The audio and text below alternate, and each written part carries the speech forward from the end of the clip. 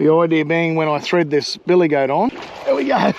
Well, that was fun, wasn't it? All right, change of plans. Yeah, so see if we can get another one on surface. Oh, there we go. Bit rusty, made that look a bit difficult. Oh, this feels so good.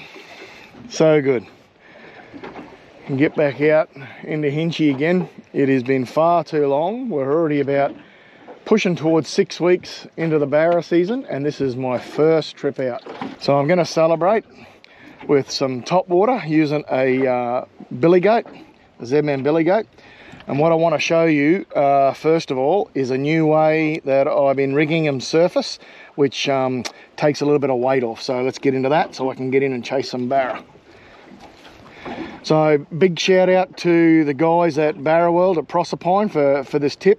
For those who watch my channel, I know that I do a bit of fly tying as well, and it works in with this. So this is just an O'Shaughnessy hook, number 4 Shogun, I think it is, but look, it's whatever size suits.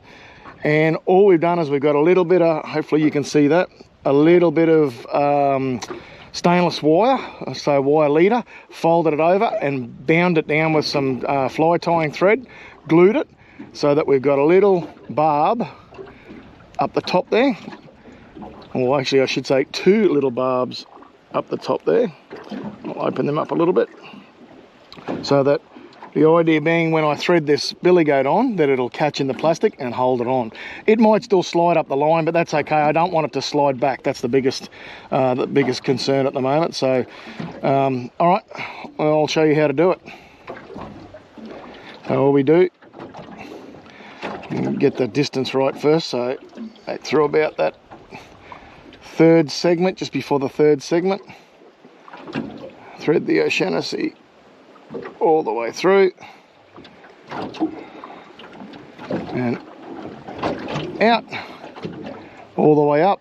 Make sure that those 2 little barbs of stainless wire are exposed, and just pop them over the top of that. It's got a little bit of a hump in it, so I'm just going to reset that, and because that wire will bend, move around, that's not a problem. So let's just not quite bite as much as we originally wanted. Make sure those little barbs are set again.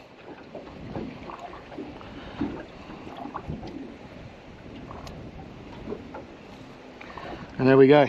That's better. Nice and flat. Don't forget to break these legs. And we'll throw some surface. I'm super keen to get a Barra on some surface. I got away a little bit late this morning. I had a few issues with the lights on the trailer, which took an extra hour to fix up. Alright, I normally like just a little bit more water here, but we're alright. There's still enough. The breeze is just starting to pick up, and there's been a strong northerly the last couple of days, so I'm going to get in here and then get into a little bit more sheltered areas later on. My drag, and I want it too tight. Alright, I'll put a couple of casts in shorter first. What this rig does is it lightens up by quite a few grams, and it allows the soft plastic, a billy goat, to stay on the surface a bit more and make a little bit more of a V, a noticeable V on the surface. I was using doubles with a EWG hook, and that was adding quite a bit of weight, and it was successful, it worked. But this being much lighter, I first trialled it down at Peter Faust Dam, and it worked a treat in some big Barra. I was using a little bit of a different rig. I was using some copper wire to bridle the front, but that's barbed idea with the stainless leader wire works beautifully.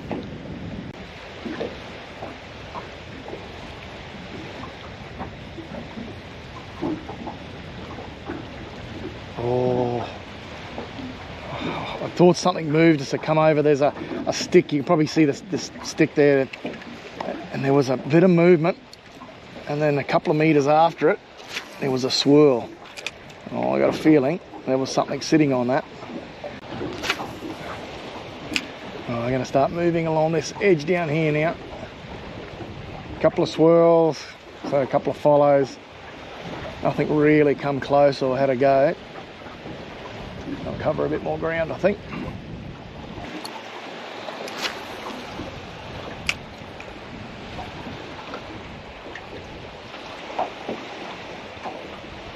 Oh, there we go.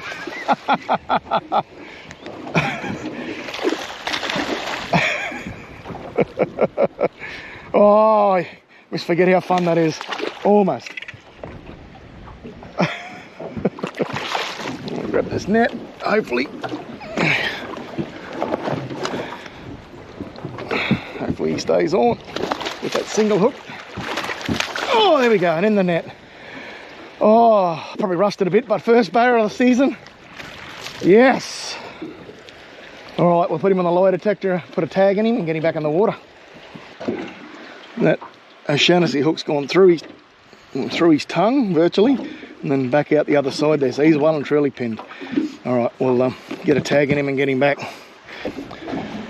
We'll get him back in the water. Getting a bit warm here. Oh, something chasing something in front of me. There might be a few more around here, so see if we can get another one on surface. All right, fella, go on. How awesome is that? First one for 2025 on surface on the new rig. I'm so pleased. See if we can get another one. All right, session 2. I was a bit stubborn last session and stuck to the surface, and I noticed that the barra were feeding on prawns. I'm going to start with a little hard body working these snags with the tide drops, and then we're going to go and fish the flats and the drains.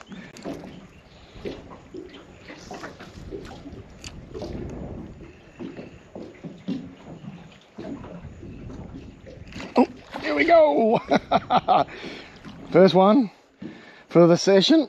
Looks like a rat, and it's only just hooked. I might loosen this drag up a little bit. It's only just pinned in the lip. Well, that was fun, wasn't it?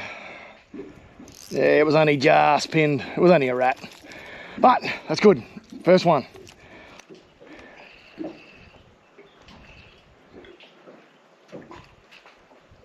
Oh. Yeah, and he'd come back for that. Well, it's a barra, just the wrong cousin.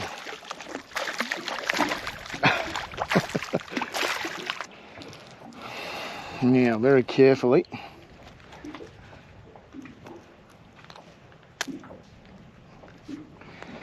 here we go. All right, fella, get back. Tell me where your cousins are. I'll tell them where my lure is. All right, let's keep going. All right, change of plans. A Holt swim prawn here. As I said last session, the barra were definitely feeding on prawns. So I'm going to put a bit of S factor on this fella here, send him out. Hopefully we can find one along these flats. When you're doing the searching like this, particularly with something like the swim prawn, you sort of, heart's in your mouth, because I know there's bait starting to move around now, the water's dirty, there's a good chance there's going to be barra lurking somewhere.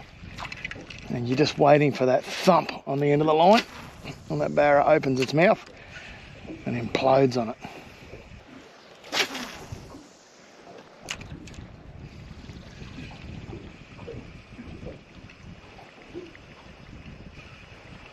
Oh, there was one laying up there. I just spooked it. Went straight by him. Really spooky today. Just need to find one. Just one for now that's hungry, not willing to commit.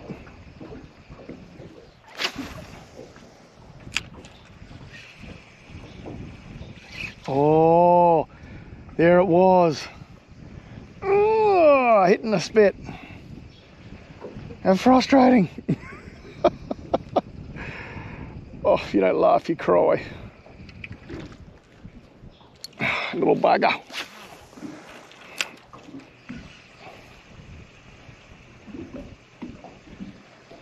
Oh, there we go.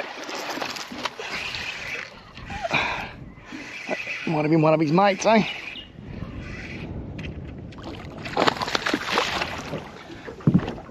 Oh. And of course the net's on the floor. No, don't go around the latry.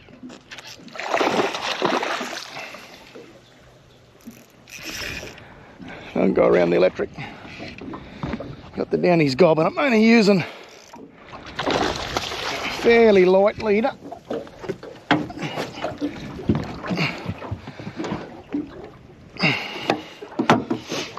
Come on, come out from under there. Come on.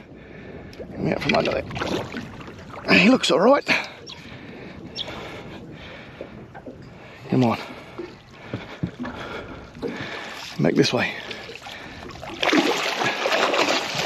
Oh. Throwing something breakfast out. Oh, no. In and out. Come on.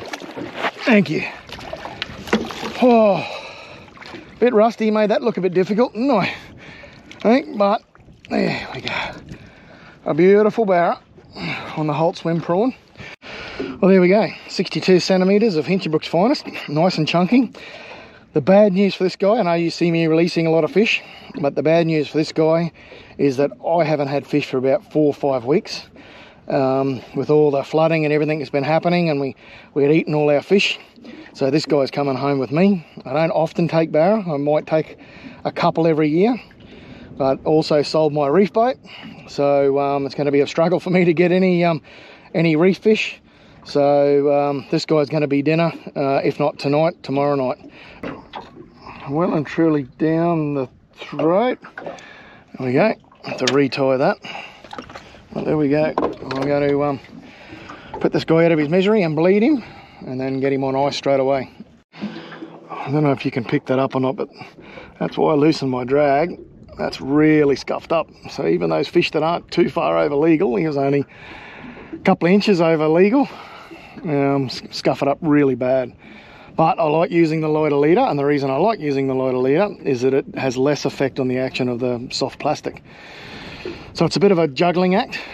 This is 30-pound Schneider fluorocarbon. I will go to 40 on these flats if I think I've got some bigger fish, or I've got some bigger lures that aren't going to be affected by the heavier leader. All right, let's get this retied and back in the water.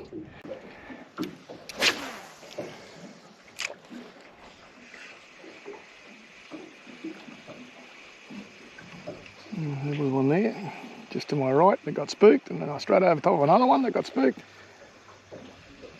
Oh, he got spooked, he's chasing prawns, I think. See if I can cut him off at the pass. Where's he going? Up there.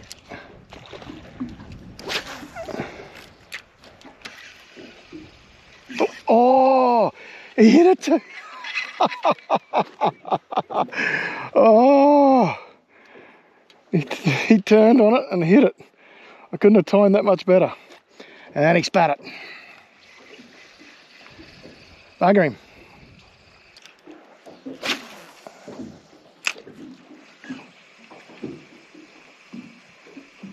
Oh, there we go. It's running a bit different. Not jumping. And it is. Oh, a mangrove jack. Oh, well, that's a pleasant surprise. I might just stop us here. There's a nice little drain up there. He's wolfed that down too. Oh, it might not be too, oh yes it is. I was going to say he might not be too bad, but he's got it down there. All right, we'll get him in and take a closer look. Put a tag in him, I think. There we go. Beautiful hinchy jack.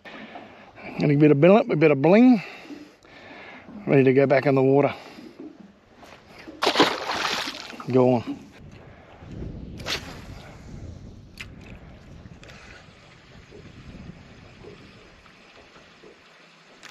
Oh, there it was.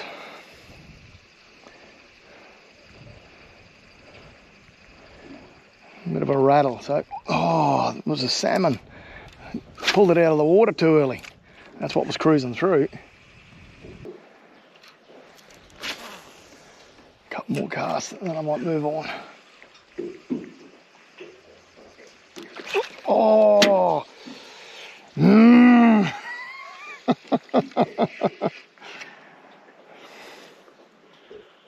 Oh, the hooks are sharp. Wouldn't let me go. He just mistimed it, I think.